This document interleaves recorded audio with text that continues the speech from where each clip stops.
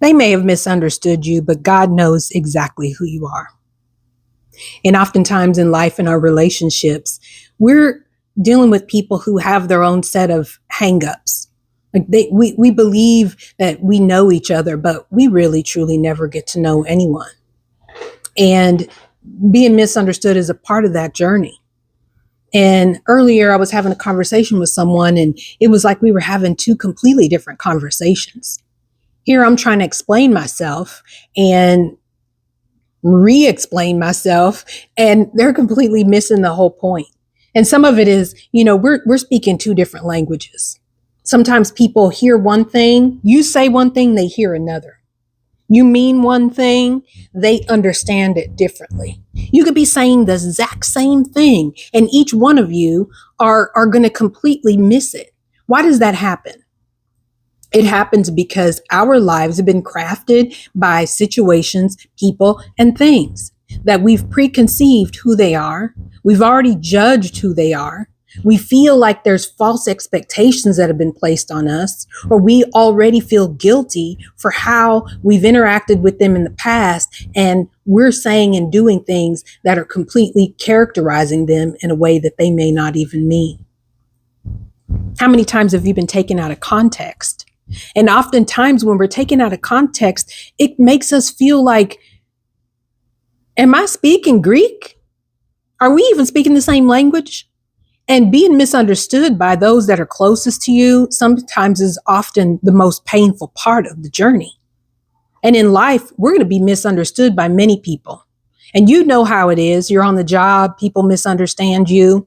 You come in and maybe you have something on your mind and you don't come in every single day and you're just, doo-dee-doo, all excited, but you don't have a bad attitude. You just may have a lot on your mind. And all of a sudden you're pulled into the boss's office and they're telling you, hey, your attitude is bad. And you're like, wait, what?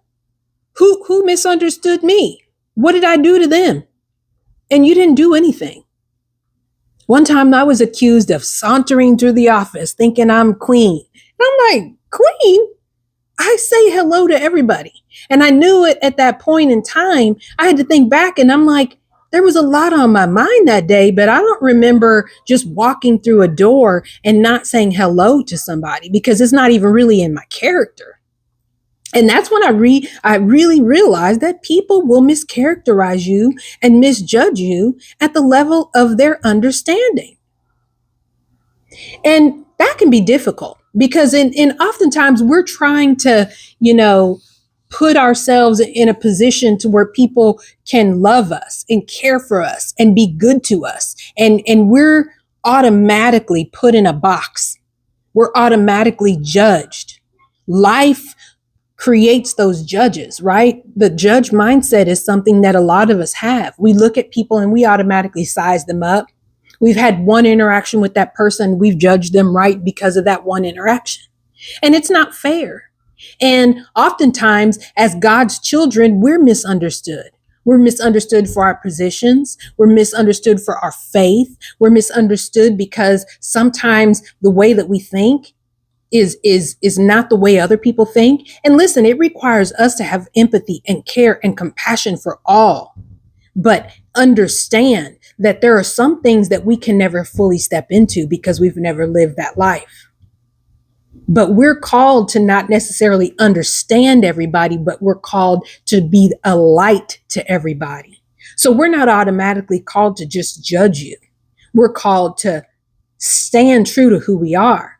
Be the light in a dark world and let that light shine before men that it glorifies God. Are you being that light? Are you taking offense when people don't necessarily treat you the way you want to be treated? Jesus never got treated good. There were those that just took from him, and he was healing and doing all these things and feeding all these thousands of people. He didn't get the great job. He got misunderstood. He got beaten. He got hung. So what makes you and I believe that we're not going to go through that same level of misunderstanding or persecution? If our Heavenly Father couldn't even get past it, what makes us believe that we should have an easier road?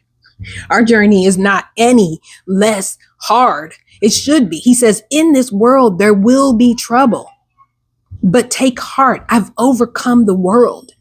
He's given us the understanding that we are going to be misunderstood. And in that, we should stand strong, knowing that who he made us to be and who other people may perceive and see us as may be different, but we're still called to stand tall, stand firm, stand bright. Let our light shine. We're not supposed to shrink back. We're not supposed to walk offended at every time somebody misunderstands us or argues with us. And as a matter of fact, we're so busy arguing with people back and forth about what each other believes that we're missing the whole purpose of connection. We're missing the whole purpose that we're more alike than not.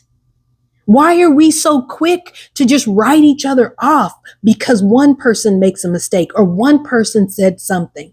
Social media is full of it. And if we don't be careful, we're going to fall right into the same trap. The trap of conformity, the trap in arguing and having those same discussions. We're called to be separate from that. Yes. Does that mean we're participating in the social economy? Absolutely. But does it mean that we should walk offended because we heard something? Now, what pains God should pain us. What pains him is when we don't treat his children like he's called us to treat each other. He called us to, above all things, love one another, do good to one another. That means we're being kind to one another. We're not beating each other down. We're not judging each other unfairly. Because to be honest, if the skeletons of your closet fell out, where would you be? So in that, kindness should be a part of us. Empathy should be a part of us.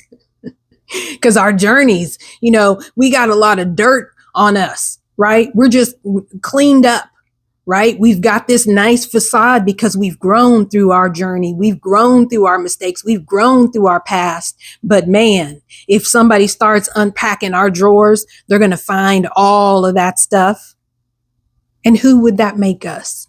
Human, just like they are. So what are you doing today to be that light? Are you falling prey to that upset and that offense that you have when someone mistreats you or misunderstands you or fails to get you? Being got is not the necessary formula for a successful life.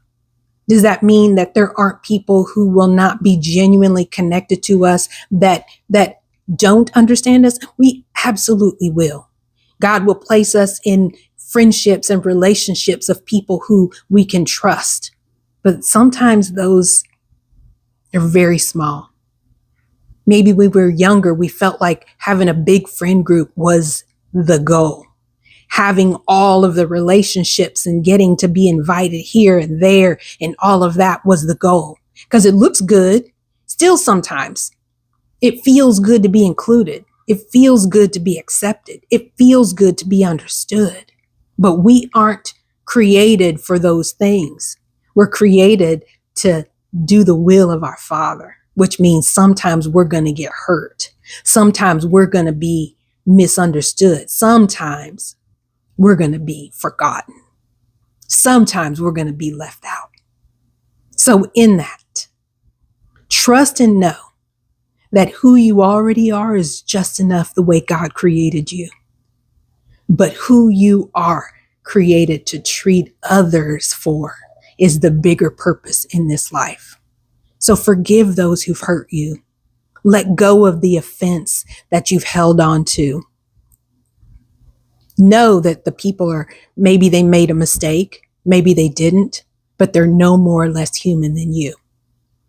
So today, go and be encouraged that you too, you got what it takes to make an impact in this world. And you, like me, we're more alike than not.